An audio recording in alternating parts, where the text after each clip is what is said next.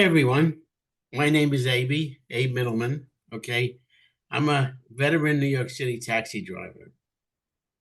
And I couldn't figure out what shirt to wear today, so I have this one on. But when I sit down, you can't see it. So I have this one behind me. And I want you to notice the rates on the shirt as they should be on the taxi cab so people know what they are. Okay. You come from Oshkosh, Wisconsin, somewhere, and you don't know what a taxi is in New York anymore because there's no rates on the door. We want rates on the door. Okay. Um, Now, my other shirt, AB's Doo-Wop Taxi. Okay. If you want to listen to my Doo-Wop radio shows, just go to YouTube and type in AB's Doo-Wop Taxi. There's 80 shows for you to listen to, and you'll really like them. Okay. Now, Dawood and Carolyn are here today. This is the NYC Taxi News podcast, and I'm Mr. NYC Taxi News. I'm the person that does it. Okay. Uh, and you enjoy it every day. You listen, you read all the news stories, and it's a lot going on. Okay. And that's what it is. And Dawood is here and Carolyn is here. And Carolyn has a lot of stuff to talk about. And, I'm not in New York anymore. I retired after 42 years driving a New York City taxi cab. Okay. I was drafted in 1968 into the U.S. Army. And when I got out of the Army, the first thing I did was got my taxi license. And I've had it ever since. But I don't drive anymore. I haven't driven for 12 years. And but I'm still yellow, as you can tell by my shirts. Okay. So Carolyn, you can take it over now.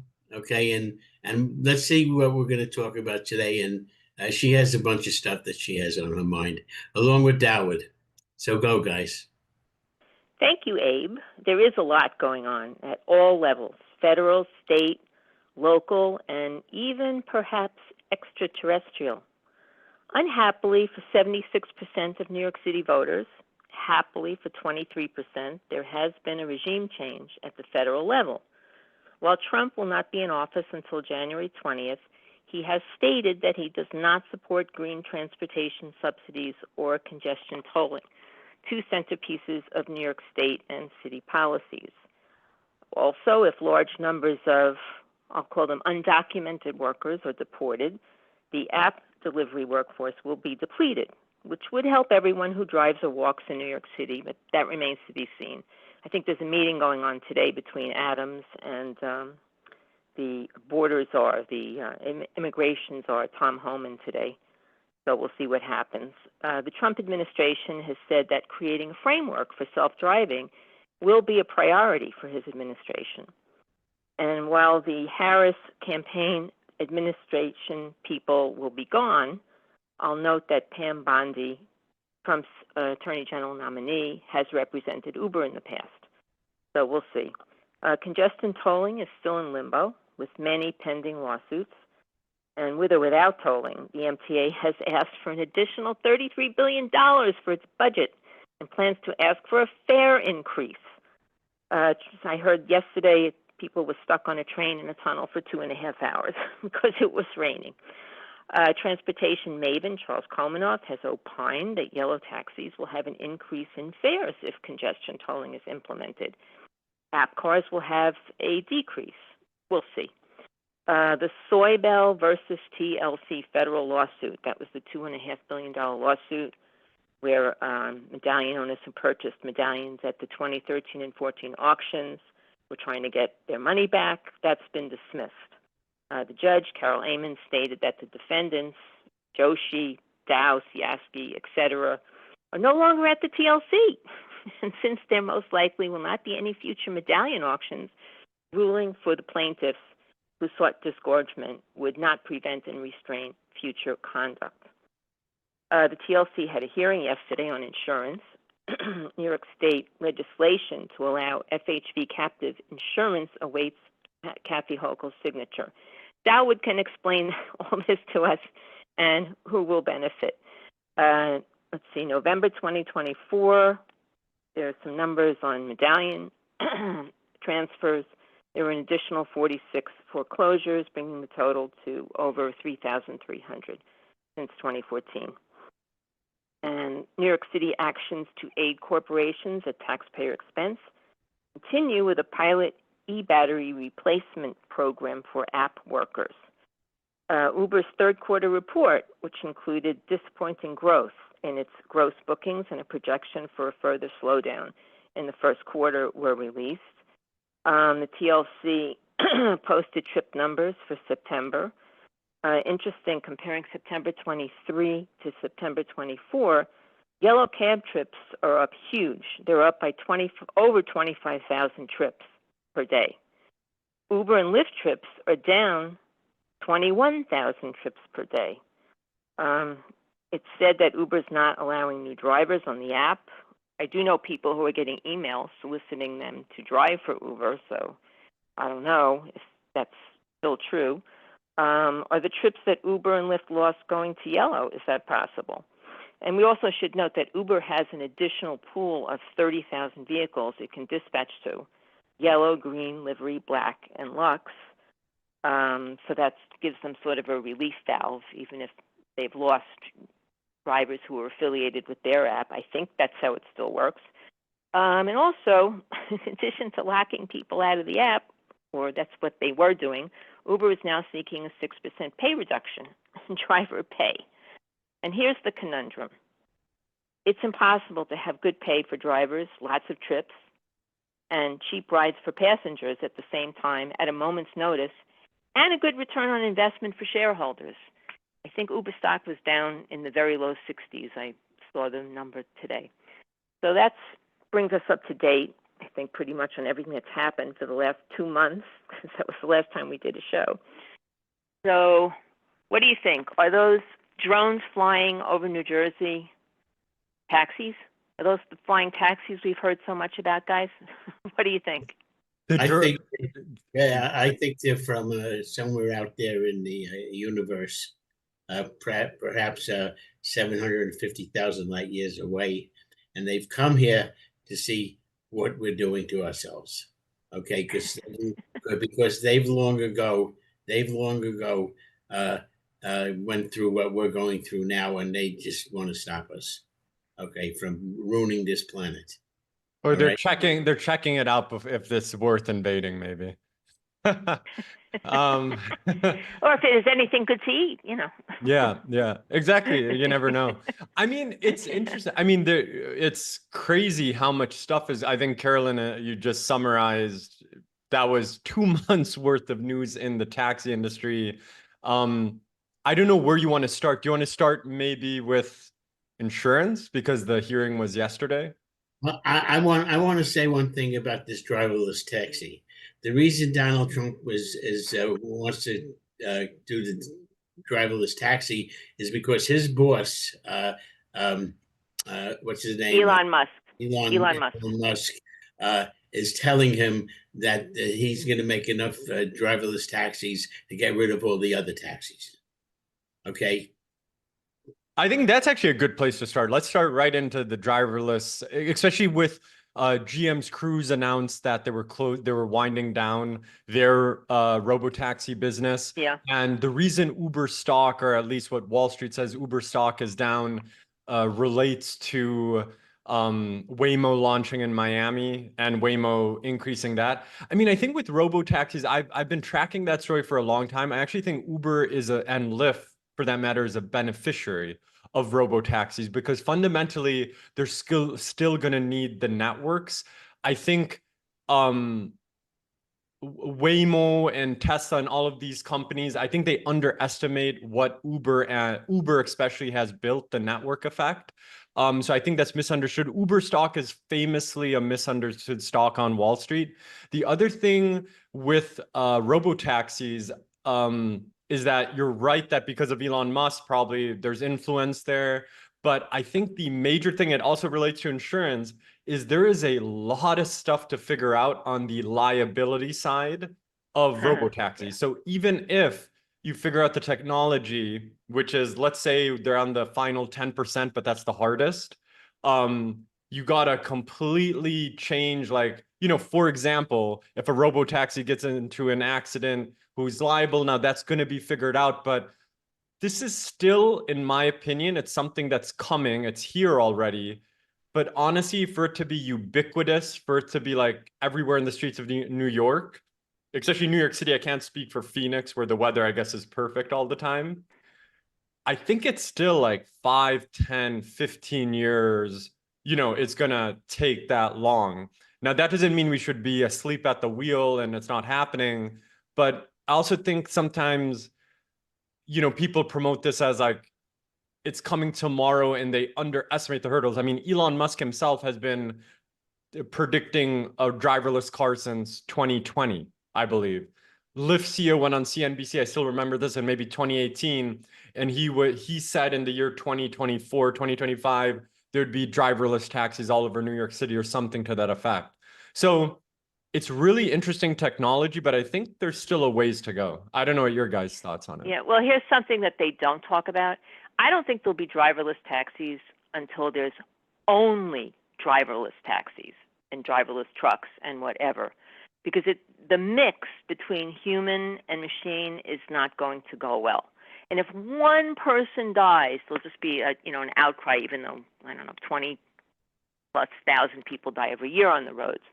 So eventually it'll come down to, well, the only solution is we can have only autonomous vehicles on the road. And then there probably won't be any accidents, or hardly any accidents.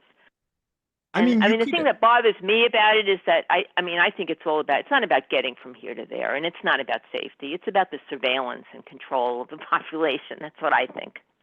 Well, expand. I'm curious about that. What do you mean by that? Well, because I think all countries are going to the same bad place. In some places, it'll look worse, like in China, where you couldn't get in or out of your apartment, during the pandemic. Like a social credit system kind of thing? Yeah, I mean, you can't get into an office building or a shopping mall or a movie theater or whatever unless, you've complied with certain things that they want you to do. Now, we'll dress it up nicer in this country, but we're heading, just listen to, Karpus, what's his name, Alex Karpus of Palantir, singing the praises of data collection and analysis and surveillance and control. I mean, they think it's great. Musk thinks it's great too. Well, I think we're all going there, just in maybe think different ways. It's interesting you say that, is that I think the difference between, I think a lot of data collection is voluntarily being given by people. And so, you know what I'm saying? Like people volunteer, they're voluntarily. Well, maybe perhaps stupidly, they may be very sorry for that. But yeah, you're not going to have any choice. But I think with driverless cars, this is something that I've been focused on quite a bit because this is existential to this business, and it also provides a lot of opportunity as well. But it's kind of similar to the electric vehicle thing where 5 years ago or 10 years ago, if you asked, okay, what's the penetration rate of electric vehicles? People would have said, oh, it'll be 25 or 50%. The penetration is much below that. That doesn't mean it'll eventually come, like more penetration, whether it's via government subsidies or whatnot. I do think, I'll put it this way. If you had a pharmaceutical drug that could cure a form of cancer, right?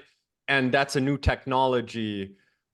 The same argument could apply to a robotaxi. So if the technology exists, that would say, I think the number is 38,000 people die every year on highways and stuff like that. Yeah.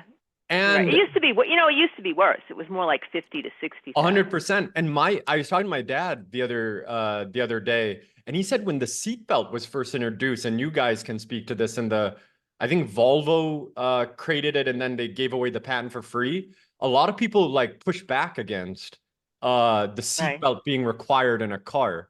And so I think with robotaxis, I think where there's legitimate concern is this impacts millions of jobs. I think there's over 1 million truck drivers in America. There's a lot of for-hire transport drivers. A lot of not only the people who are driving, but the businesses that are attached to driving in some form or fashion are impacted. So I think that's what has people nervous. But what's funny with technology is the first jobs that are subject to automation, I think it's going to be white collar jobs, not like driving or plumbers or stuff like that. So, I mean, I can go on and on about this, but I think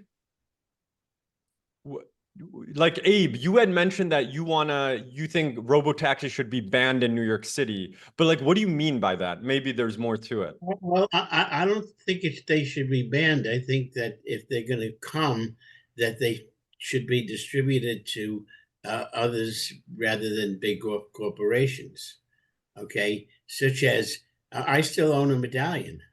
Okay, and I want to be able to, if there are robo taxis, maybe give my Medallion to a small outfit that could. Somebody's got to still, even if there's robo taxis out there, there still has to be a human being somewhere keeping track of what they're doing.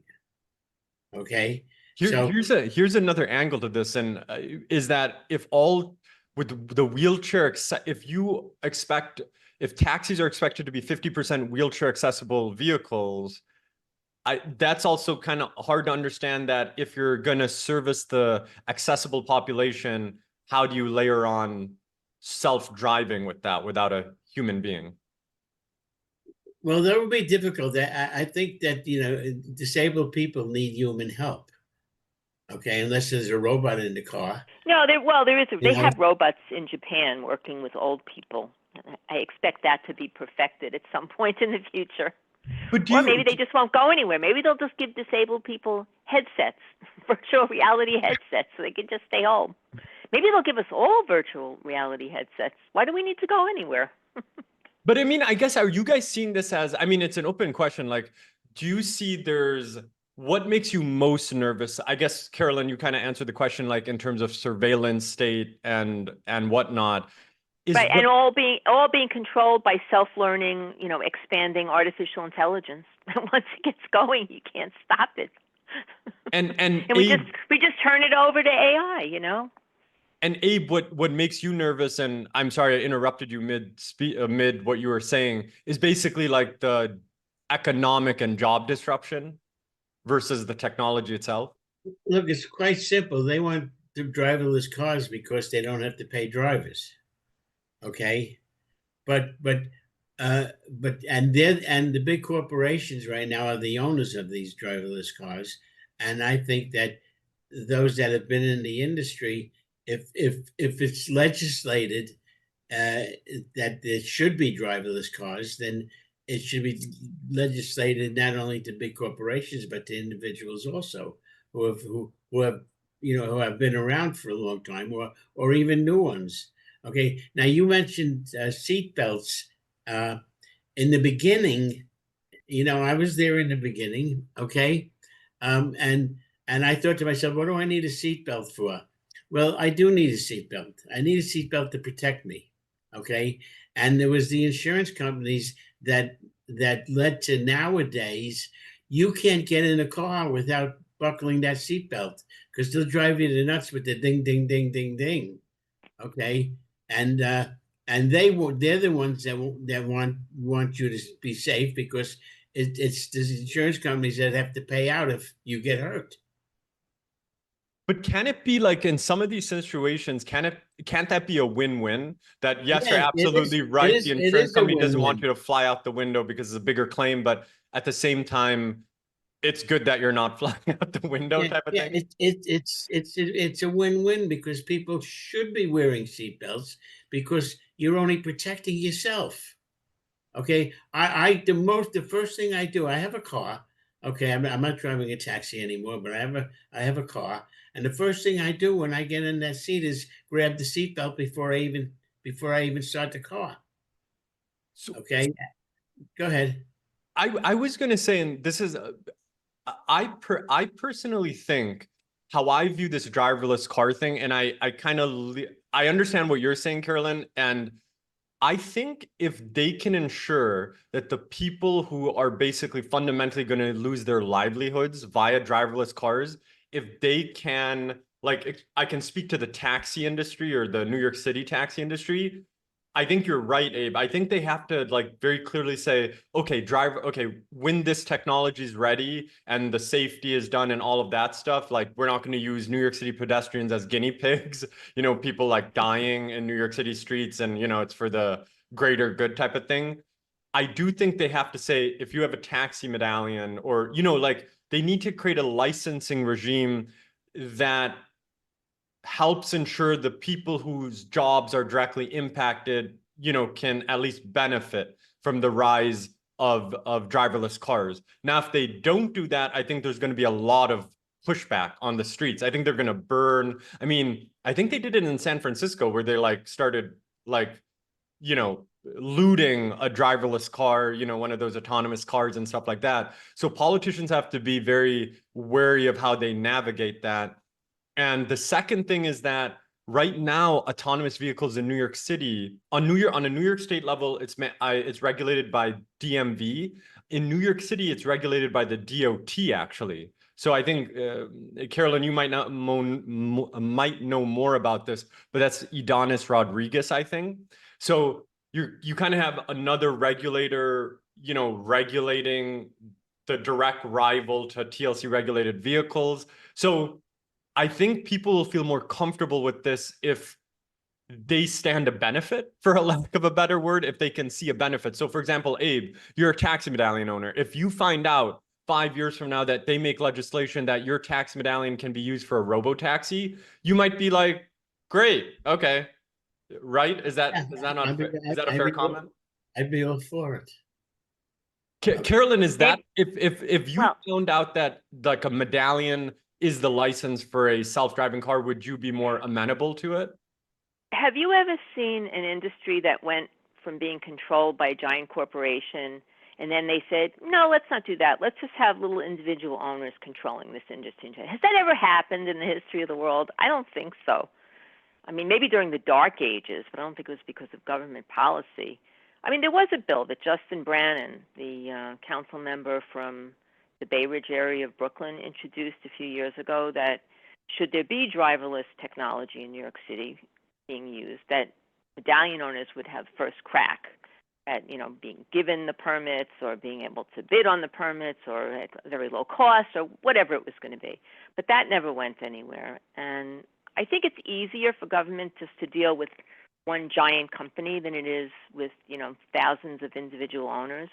I don't think it's going to go that way. I think you might still have yellow cabs, picking up street hails, doing that. But I would imagine that the robo part is, going to be controlled by Uber.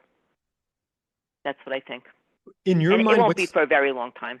What is the timeline, out of curiosity, in your mind? I mean, it's anybody's best guess, but when do you think this is going to arise, in your opinion? In New York City, not in our lifetimes. I mean, it's just total chaos. It's absolute chaos in the streets. I can hardly get across some avenues sometimes because of all the bicyclists. And they had hearings yesterday in the city council about registering and licensing e-bikes or any sort of motorized transportation. I think they should. I think they should have plates on all bikes. Yeah, of course. There's hardly. Abe, I can tell you there are no, regular 3-speed, 10-speed bicycles. I hardly ever see anybody on a normal bicycle anymore, let alone somebody who's doing delivery. I think there was one coffee shop in my neighborhood where there's still a guy with a bright orange vest who's on a 3-speed bicycle, delivering hamburgers and milkshakes, and he's an older guy. And, he's not a problem. It's all of the motorized stuff. They're going the wrong way on one-way streets. They're on the sidewalks. They're going through lights and stop signs. I mean, they're just horrendous. And I believe most of them are being driven by undocumented migrants. One day while I was still driving a taxi, I was in traffic on Central Park South, okay, in front of the hotel, on the other side of the street from the hotels, okay, facing west, okay. When a bicycle hit my mirror, the mirror fell to the floor, to the road. He busted it, and he just kept going. Okay. And Right. I think that they should have some responsibility for doing that. Now that cost me a couple of $100 to get back on the road. Okay. So why, why? I mean, even if you're a pedestrian and you hurt somebody, you can't run away. Okay. I mean, The thing is, the DOT has said there's around, I think, 600,000 bicycle trips every day, but 500,000 of them are food delivery. Wow, I didn't know that. Probably only about 100,000 trips by individual people going to work or doing errands or whatever. It's all food delivery. So we're talking about DoorDash. We're talking about Uber Eats. And, they have entree into the Adams administration and the city council and the DOT. And as a matter of fact, Mira Zoshi, our old TLC commissioner, was put in charge by Adams of the entire app food delivery industry. Because she said, well, those companies don't really have an entree. They don't have a door to go through to talk to us. I don't think she was at that hearing yesterday. I only watched a little bit of it because it went on from 10 in the morning until well into the night, I think past 5 o'clock. I'll look at the transcript because I'm curious to see if she was there. She should have been there, but I don't think she was. But, I mean, they'll do what Uber Eats and DoorDash tells them to do. That's what will happen. I do. I'm completely aligned with you guys. I do think all of these, any bike that can go more than 15, 20, let's say 20 miles per hour, has to have a license and has to have some sort of registration process. Also, by the way, a money pot for the city. So, and so they should also technically be, I think that's going to happen. And it should, to like your points, anything going above 20 miles per hour, if you hit a pedestrian even at 15 miles per hour, you can kill someone. So, I mean, I think it only makes sense. It's piecework. You're not paid by the hour. You're paid by the piece. And even if you're well paid and you're doing piecework, you're being incentivized to break the law, as taxis would be, except there's some very strict, traffic laws on the books. So generally, taxis don't go the wrong way on a one-way street, or they don't go through red lights. They don't drive on the sidewalk because they understand there's going to be a huge penalty. But for the bicycle, the e-bike food delivery guys, they're still back in the old country. Yeah, no, I think it's a huge problem, and it's honestly, people are getting hurt, and it could not end well. And hopefully they've recognized that. Is that actually a good place to transition to, say, like insurance? Do you want to speak about insurance, or what's your? Oh yes, you're going to explain to us about, because you said something the other day. You thought that perhaps Kathy Hochul had vetoed the captive insurance bill, but I looked at the New York State Legislature website yesterday, and it said they delivered the captive insurance bill to her desk just a few days ago. I think she vetoed it. I think you're right. I think she vetoed it last year, and then they reintroduced it again, because last year it passed the Senate, the New York State legislative process, and then she vetoed it. My understanding, I don't know, some of these things I'm not sure, like if it passes the legislative process, like why does it get vetoed? Like there has to be some other interest group involved. It passed unanimously. Basically, everybody voted for it that I saw in the assembly. Anyway, I don't know exactly what happened in the Senate. Probably the same. I mean, yeah, I think with the insurance industry, I mean, I could go on and on. Just to simplify it, I mean, this all basically stems from, and there's a new story out in Bloomberg today where now the DFSs might charge a one-time fee to insurers to bail out American Transit and make it right, or all of that stuff. Basically, for those who don't know, I know you guys know, the largest insurance company in the taxi and FHV business in New York City is insolvent, to the tune of, the reported tune is over $700 million, but it probably is insolvent to the tune of $1 billion is my guess. And this is like a crazy thing. It's like you allowing an insurance company that's insolvent to operate in any state is crazy, let alone the most regulated state, New York, is just, it's confusing how this even occurred. So the new DFS is kind of, coming up with solutions to solve this problem, but we're basically in a too big to fail situation. That if it's like Lehman Brothers. When you let Lehman Brothers fail, people are like, okay, let it fail and we'll see what happens. But then what ended up happening was it's such a big institution with so many, hands in different pots, and you don't exactly know, how that all connects, that it actually it's a systemic thing. So with American Transit, it's even simpler to analyze.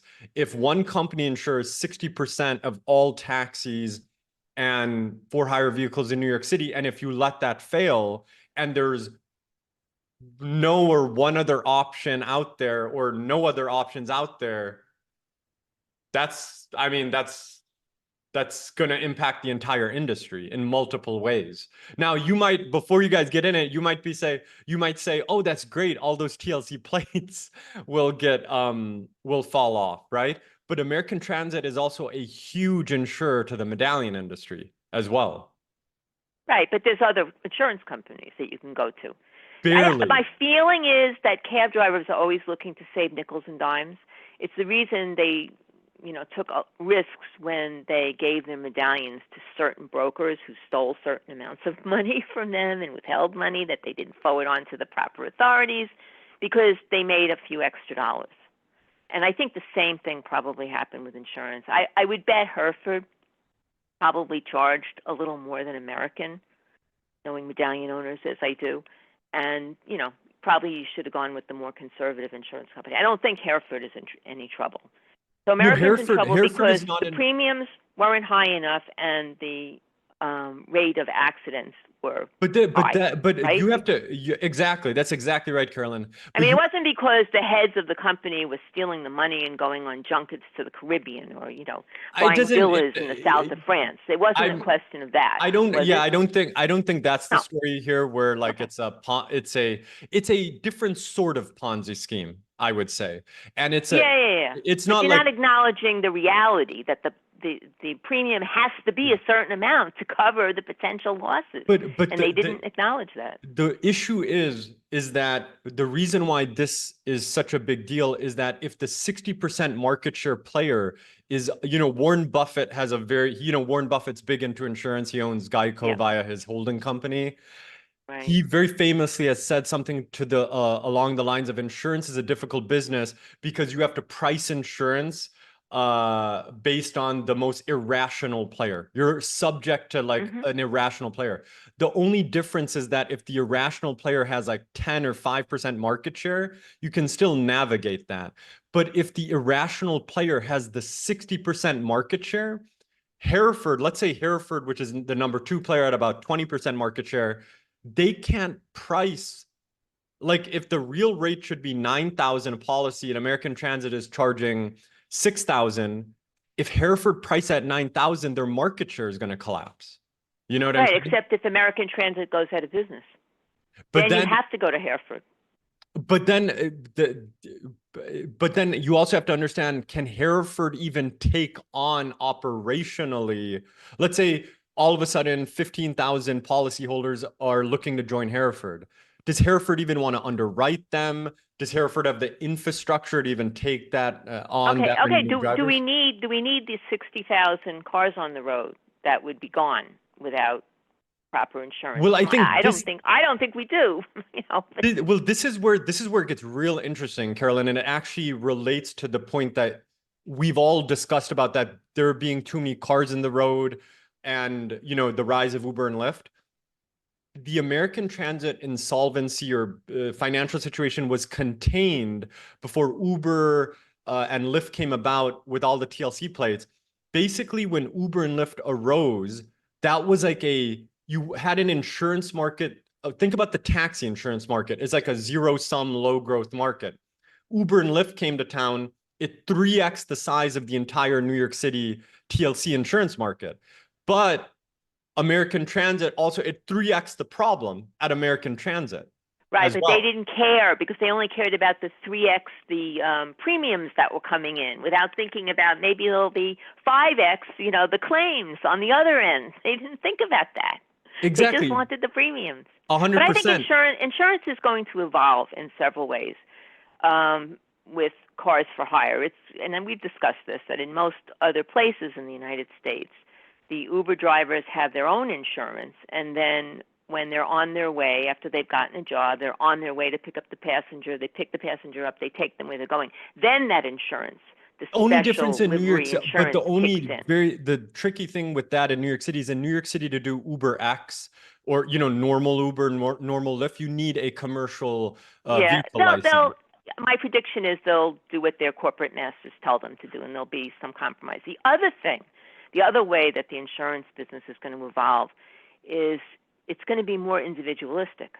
Every driver will be monitored. Where are his eyes? Where are his hands? How many times did he brake? What speed was he going at? Where was he? How fast did he take that corner? They're going to monitor everything. So your premium will be very individualized towards you. And there are people, particularly on the left politically, who think that this is horrible because the whole idea of insurance is that you've pooled all the risks, so everybody's sharing in it. But that's probably not the way things are going to evolve. And then, by the same token, maybe the riskiest drivers who have the most accidents shouldn't be on the road.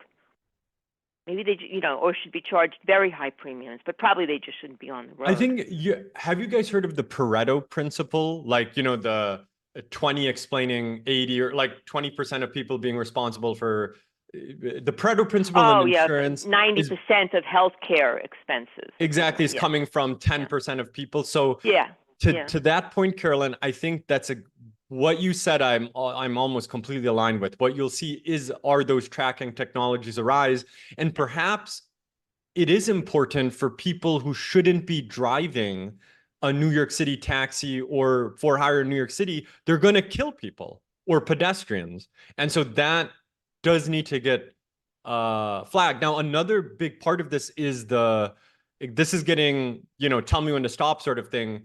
There's like kind of gang-like rings of insurance fraud going on in New York City and New York State because the no-fault insurance limit in New York City is $200,000, and in New York State's only one of 13 states that has no-fault insurance, and I can get into what that means. But basically, that's something that's subject to a lot of fraud. So that's also increasing the cost of insurance in New York City. So they also need to address that as well, Yeah. Yep. So just to briefly recap on what yesterday's hearing was about, it was super technical. It relates to admitted and non-admitted insurers. And basically, it specifically relates to large TLC rental companies that use these innovative self-insurance structures that combine admitted New York State insurers and non-admitted insurers that are subject to less regulation. And it basically subjects them to less regulation and probably saves them on costs. And so they want to eliminate the ability to do that. Like, you only can use admitted carriers. So where I came out, I had an article on this. And again, this gets super technical that we almost make the podcast into an insurance podcast. But basically, I think that if you're an individual TLC driver, yes, you should be required to use an fully admitted policy. But if you're a big corporation that has a self-insurance captive structure, I do think they should be allowed to experiment like this with certain, regulations that they have to be rated by AM Best and this way, or the DFS has to track them, because this gets back to options. So for those large fleet companies, there's Hereford. This is crazy. Hereford is the only solvent insurance company in New York City. There is one solvent option in New York City. So if the marketplace only has one option, then you have to allow for responsible experimentation. But I can dive very deep into this insurance conversation, but I don't know if you want to pull this thread anymore, move on to something else. And let's talk about this. In the news today is how Uber's stock is shrinking, Lyft's stock is shrinking. The drivers are getting less money, and everybody's losing there. Can you give us some, what about that? What runs through your head when I say that? Carolyn, That do you the want to start? regulator, the regulators and the politicians will have to come up with some new way to help them. That's what I think, because that's what happens every time. How can we bend over and help Uber? I haven't seen them circling around Trump yet. I mean, they were really infested in the Harris campaign, but I'm sure you're going to probably see them pop up one day at Mar-a-Lago. But I haven't seen them. I don't know what Dara Khosrowshahi's doing lately, but I don't think he's been to Mar-a-Lago. No. I think, Carolyn, you mentioned some stats that I think, and it's to Abe's point, that are super interesting. I think the NYC Taxi News audience is going to is the growth of yellow cab trips and a seeming quiet, silent recovery that I actually think is going on. But do you want to just share those stats again? I looked at September because that was in that very nice spreadsheet that the TLC provides. They didn't include October yet. I think the October numbers were in another place in the forest of their website. It's up 8.8% in October, just FYI. Year to year? Yeah, year on year. The yellow cab trips are up almost 9%. Excellent. So in September, which is also within that trend, yellow taxi trips were up 25,550 per day. They went from 94,000 to 120,000 trips a day. That's a huge jump comparing September 23 to September 24. Uber and Lyft went down by almost the same amount, over 21,000 less trips per day, comparing September 23 to September 24. So, the trips that Yellow got might have, been some of the trips that Uber and Lyft lost. And that's what it looks like. And what happened to Uber and Lyft in October? Did you see that? Yeah, Uber and Lyft trips are basically flat. They're down year on year, negative 0.8%. And so Uber and Lyft in New York City. So I actually think this is why I believe I had one story out there about kind of the taxi medallion industry. Marblegate had to extend its listing and stuff like that. But I basically think this is what's happening. Uber and Lyft cannot onboard new drivers. The cost of Uber and Lyft trips are getting, because remember, Uber and Lyft trips are subject to this TLC driver minimum pay formula and lockouts and all of this stuff. And then, there's too many cars to access, while Yellow Cab is not subject to any of those requirements. Right. And so my understanding from at least one well-known Medallion garage is Uber dispatches to Uber e-hail dispatch. When I use this term, by the way, it riles up certain Medallion guys when I use the term e-hail and street hail and all of this stuff. But I think the Curb app and the Uber app, between those two apps, they're giving a lot of trips to yellow cabs. Now, in a personal experience, just to make this like more simplistic and not like I'm a data analyst, I walk a lot and take the subway often enough, but I'm actually taking yellow cabs more because they are at least 30 to 40% cheaper than the equivalent Uber. Now, the only issue is to get one on the street is getting harder now. But yellow cabs are just cheaper to street hail in New York City. Well, now it's the time to get some more yellow cabs back on the street. The ones that there are. There's almost 9,500 yellow cabs on the street now. That's been inching up every month. I actually think, guys, this is the beginning.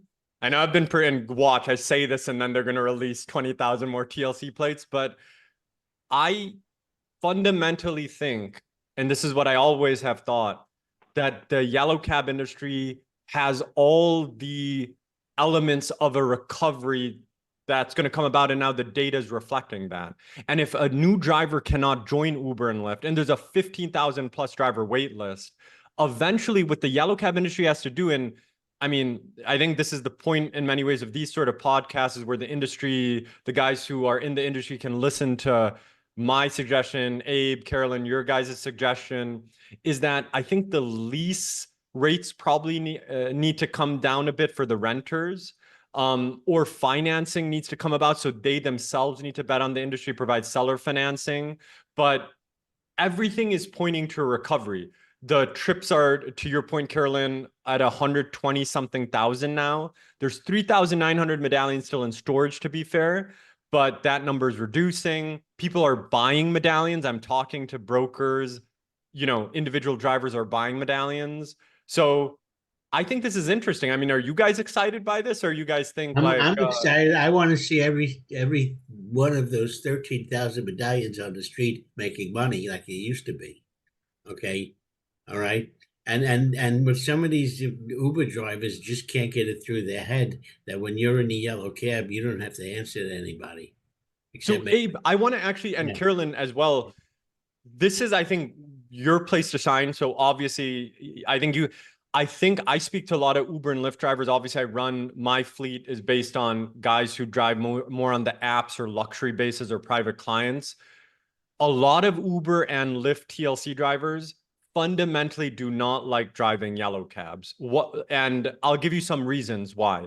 They don't like the street hail. They don't like the concept of the shifts. But what's the pitch to those people if you have to pitch Well, them? look, they don't like the street hail because maybe they want to take a break.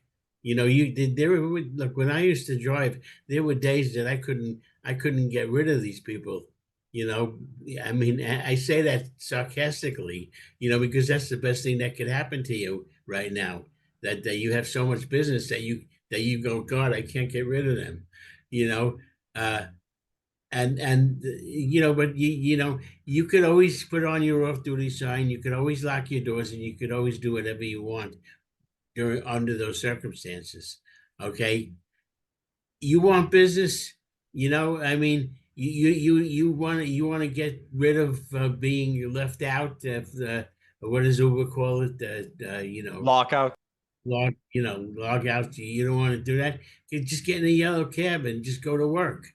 Okay, the people are out there. They'll hail you. Okay, and you don't have to worry about them saying you can't work for the next 3 hours because we don't have any work for you. Okay, I mean, come on, I mean, this is the bad side of what happened when Uber came along. You were under their control. Okay, you don't want that. You want to go out. 42 years I drove a cab. 42 years, and I never heard you can't work right now. I never heard. In fact, they were happy to see me. When I worked for a fleet, I started out working for a fleet in Brooklyn. Okay, and they were happy to see me whenever I showed up. It wasn't you got to work Monday, Tuesday, Wednesday, and Thursday. It was when can you work, Abe? Oh, it's good to see you, Abe. There's a car across the street here. Take 7G 42, and we'll see you later. Okay. That's a good. From what I remember, is that they mostly just wanted to see somebody with a clean license who wasn't in a lot of accidents. Yeah, and as long as you were in that category, you were fine and you could go to work. And there's all kinds of arrangements. It's not just always a fleet shift.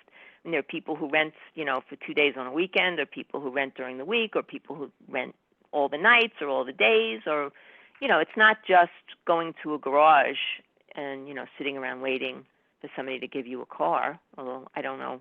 I don't know how hard or easy that is now. I don't know. Look, those garages were open 24 hours a day. And there were cars parked 24 hours a day. And any time of day that you showed up and wanted to work, they would give you a car. Mm-hmm. Can I ask you this? Like, in your opinion, what should the gross hourly wage be for a New York City taxi driver? I can't answer that because I'm living under an economic place that isn't as expensive as New York. Okay, I could have answered that while I was still there. So I'm just going to say enough money that you can pay all your expenses and have a little left over to take 2 or 3 days off if you need to. It was never that great as far as hourly pay. The part that appealed to a certain type of person who either leased, was a lease driver or a Medallion owner, was that you could work a lot of hours and you could make a lot of money working And I a did. lot of hours when And you I felt did. like working a lot of, and you did, right. And I Other did. drivers I know did too. That was the beauty part. Look, I said to myself in the beginning, right in the beginning, when I first started driving a yellow taxi, I did the 5 day a week, 5 shifts a week, night shift I liked because the traffic was better. Okay. But it came to my mind that, this is a 24-hour a day business. Why do I have to work 5 days? I could work 2 days or 3 days and get in the same amount of hours as those 5 days. Okay, and I did. Okay. And at some point I moved out of New York City because I didn't need to work to live there anymore. I just set aside 2 or 3 days a week, never work 2 days in a row. That was my policy. Okay. Work as many hours as you can on the days you work and then take the next day off. What do you guys make of Uber and Curb or e-hails making more as a percentage of the trips? Does that make you guys nervous, or are you fine with that? I think it's all a psyop, and it's all dynamic pricing. That's the future. I mean, even with grocery stores like Kroger's, they plan on using facial recognition software, and you will be charged accordingly. So you walk in and I walk into the same Kroger's, we're going to be charged different prices for a quart of milk.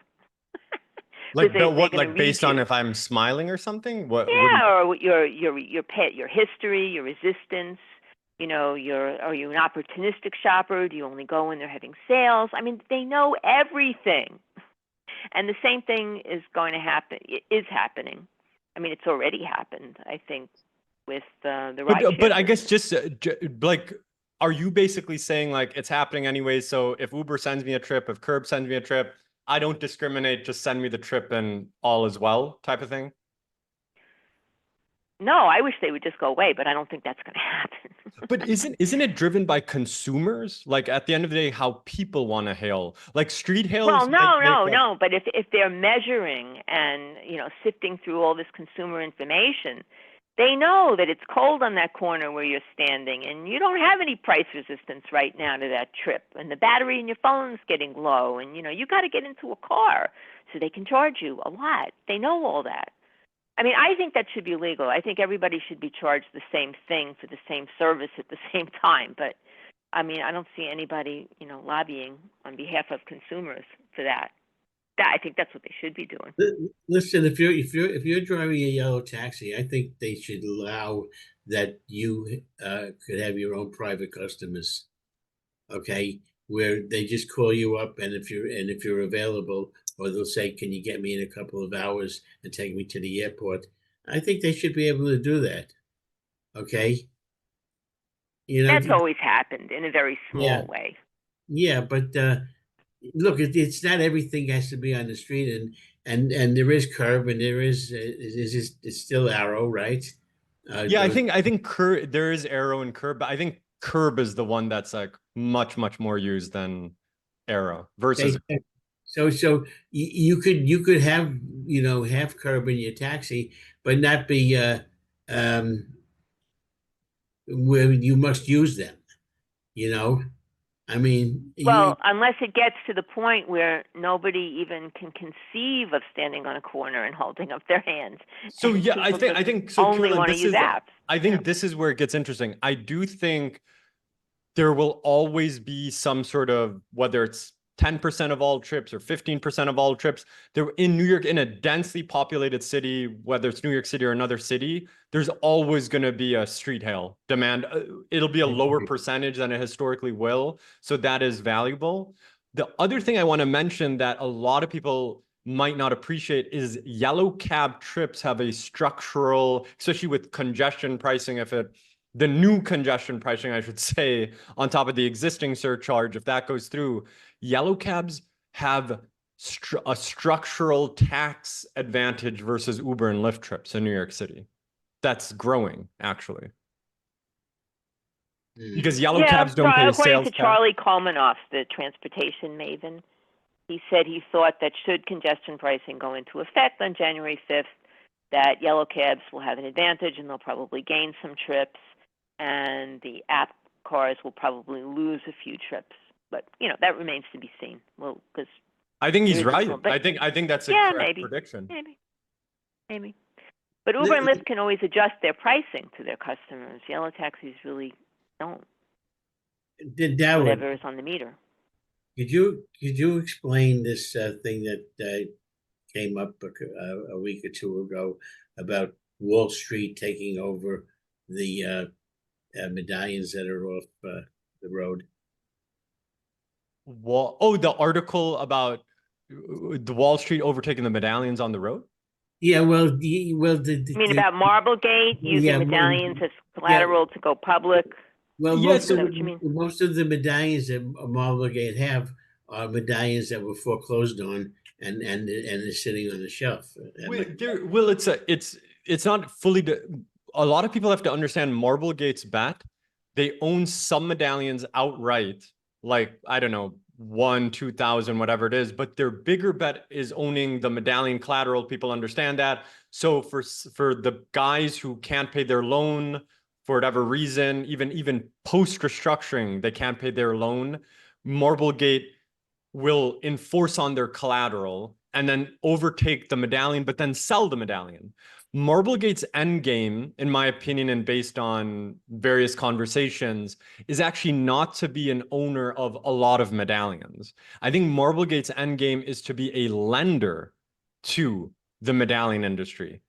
And so when you read the foreclosure notices in the medallion transfer sheet, I believe, now I wish there was more detail about this, a lot of those are actually foreclosures that represent transactions, where like a medallion is foreclosed upon and then maybe it's sold onwards to someone else, kind of thing.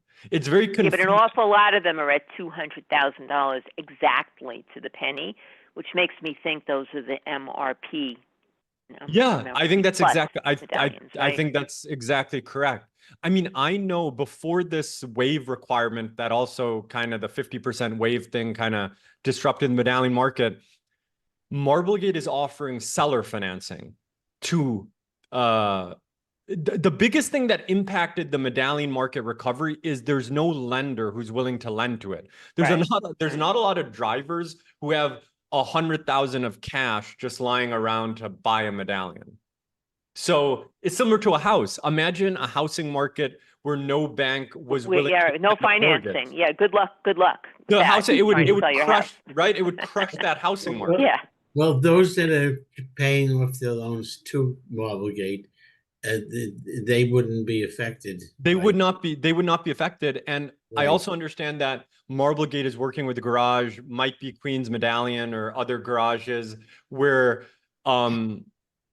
they're providing they are basically establishing a new sort of operational and financial infrastructure for the industry where if a driver is let's make this super simple. Let's say you get into a cab, Abe, next time and you're in New York City and you convince the guy to buy a medallion and he's completely sold on the story.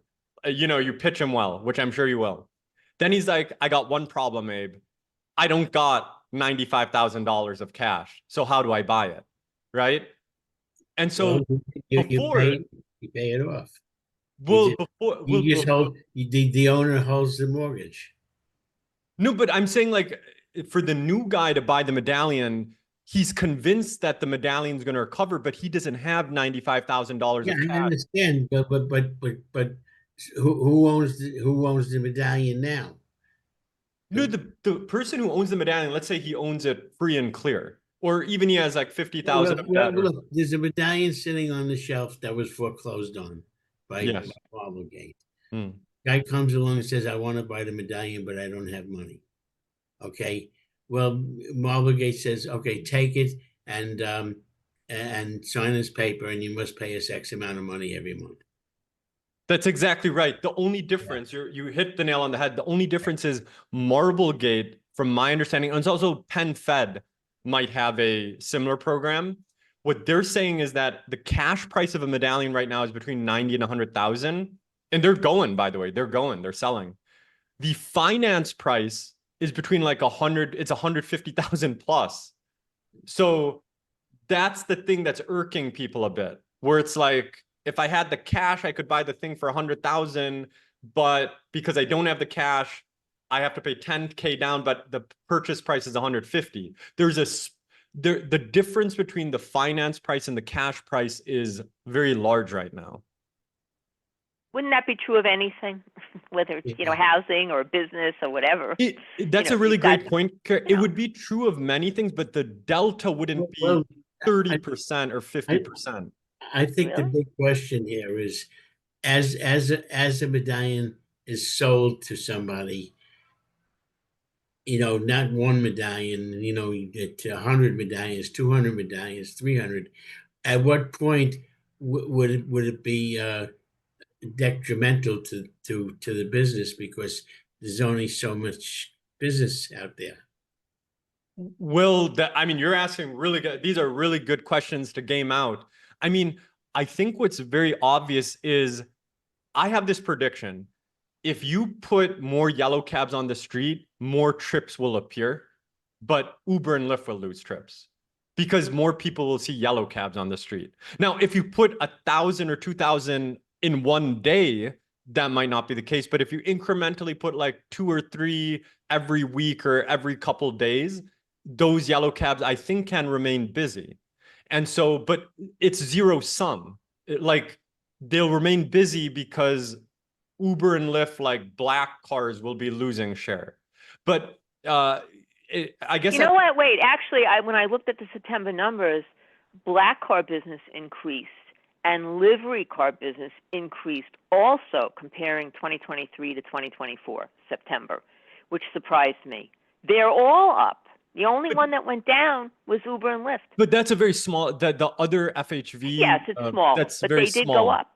It did go up, and that could be related to all sorts of factors. But Uber and Lyft have 80% plus share of the market. And so, and also, when we say Uber and Lyft trips went down, I think, and Carolyn, you already implied this, a lot of those trips were dispatched to yellow. Like some of those lost probably. Uber trips were given to yellow cabs, but also some of them weren't. With the yellow cab industry, I think the main thing is there's enough drivers. I have pitched the yellow cab medallion industry to yellow cab drivers who are currently leasing their cars, because if you run the math, if a lease costs $1,000 a week for 24/7, let's say it's even a little more than that, it is a screaming buy for that driver to buy a medallion at 100,000. Think about, you know what I'm saying? Like if you're paying 1,050, let's call it 1,000 to make the math clean, a week to lease the medallion and the car, to be fair, over 3 years, you'd have paid 150,000 in lease and car expenses. It's if that person is planning, you may as well buy it for 100. You may as well buy it for 100 and then buy the Sienna or whatever for 50,000. And even if the medallion price, that is such a safe bet. That bet is so in the money that even if the medallion would to plummet, you still wouldn't impact you that much. In the past, the price of the medallions were always equal to the need for the business, and went down when the business wasn't needed, when Uber and Lyft came along. So where are we at now, and where do you think it could go to? This is my opinion. There's so many ways to pitch it. To answer your question directly, and then I'll justify it quickly, I think this medallion price is going above 200,000 if, asterisk, if the TLC doesn't do something, bat turd crazy in terms of releasing FHV licenses. The medallion should, by next year, not financial advice, be above $200,000. Why? Because if how much would you pay for an $80,000 salary to be an independent contractor with equity upside in owning the franchise? That has to be worth more than $200,000. The funny thing is, it's what you say, but it also is what you're willing to pay and what you're willing to accept if you're the owner. But the biggest issue is, in my opinion, in the industry, is there is nobody willing to finance the marketplace. That is what is preventing a big reason, not the only reason. You need a lender to step in because very few drivers have that much cash lying around. You know, it's interesting. There would hardly be a mortgage market for houses in this country if not for the various government adjacent agencies like Fannie and Freddie and Ginnie Mae and all that stuff. A lot of those mortgages are bought by those companies, and you wouldn't have as much of a mortgage market without those government or quasi-government entities. I mean, I don't know if they would do the same thing for taxi medallions. Maybe it's just too small of a player. I think you're right to say that in many ways, especially the student loan market which is a complete well, that bubble, too, yeah, wouldn't even exist without the government right. guarantee. Right, and you know what? Tuition would be a lot lower. This is exactly, absolutely. The thing I'm saying here is, and why I think what we're doing is very necessary, is you had this market that was like the gold, literally compared to gold. Like that's not even hyperbole. Like the Medallion was gold. And then you had this collapse, like just absolute collapse. Everybody lost interest. Everybody who was a previous expert on the industry for underwriting medallions, either left the industry or just like went bankrupt or whatever. The reason it lost out is the drivers thought that they could now instead of buying a medallion, get the same thing for nothing. Which was true in many ways for at least 10 years. Yeah. Okay. But it's somehow now we're already 12, 13 years into this. Okay. And suddenly it's wearing off. Okay. Things it's like a pendulum. Right. Things go, it's kind of like real estate, commercial real estate sucks right now. 10 years from now, it'll probably be good or something. Let me give you an example of, these things are so crazy. I'm living in Boca Raton, Florida. Okay. I escaped New York. I was born in New York and I said, I got to get out of here. I had enough. Okay. I bought my condo, which would normally have gone for maybe $125,000. I bought it for $18,500. Now that this was during the real estate crisis. Okay. I wrote a check. I didn't need to borrow any money. Okay. And now this same condo is selling for, if I wanted to sell it and I don't, okay, because I have nowhere else to live, okay, or I'd have to buy another place to live, they're going for $150,000. So the return on that, by the way, is 10x or 8x, 9x in, you bought it, I assume, in the financial crisis time period? Yes, I did.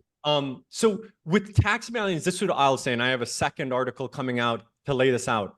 There's different sorts of purchasers of a taxi medallion. There's the driver, owner, there's the taxi garage, and then there's the investor.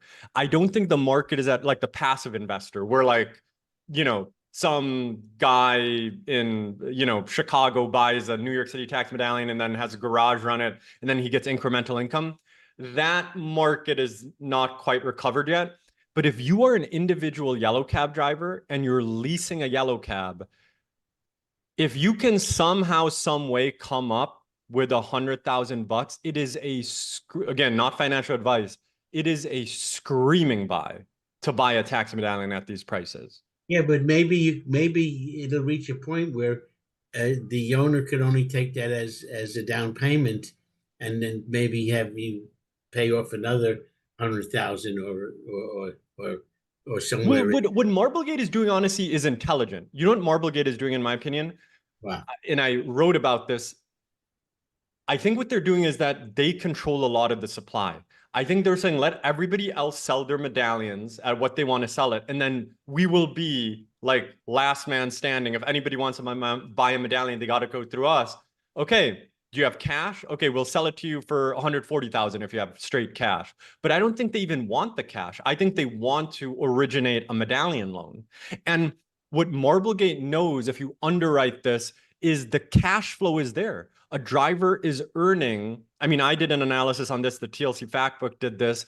A full-time yellow cab driver is earning with tips between 70 and 90,000 a year. That's great. That's, that's pretty good. Now in New York City, it's expensive city, all of that stuff, yada, yada, yada. But if someone is earning, let's say that increases to, in a couple of years, 80 to 100,000 or something.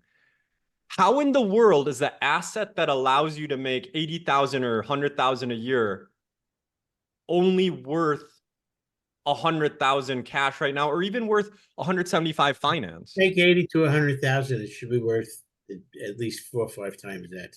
So I think this is where many people, I myself, if you are a driver owner in the yellow cab industry, I believe your appetite should be, even today, to pay 200,000+ for a medallion. It should pay off. Now, a lot of people don't have the cash. A lot of people are so burnt. I mean, you guys lived through it. Well, perhaps some financial people will, jump back in. Yeah, there's one other factor we should mention in this equation. There has been attrition in the number of FHVs.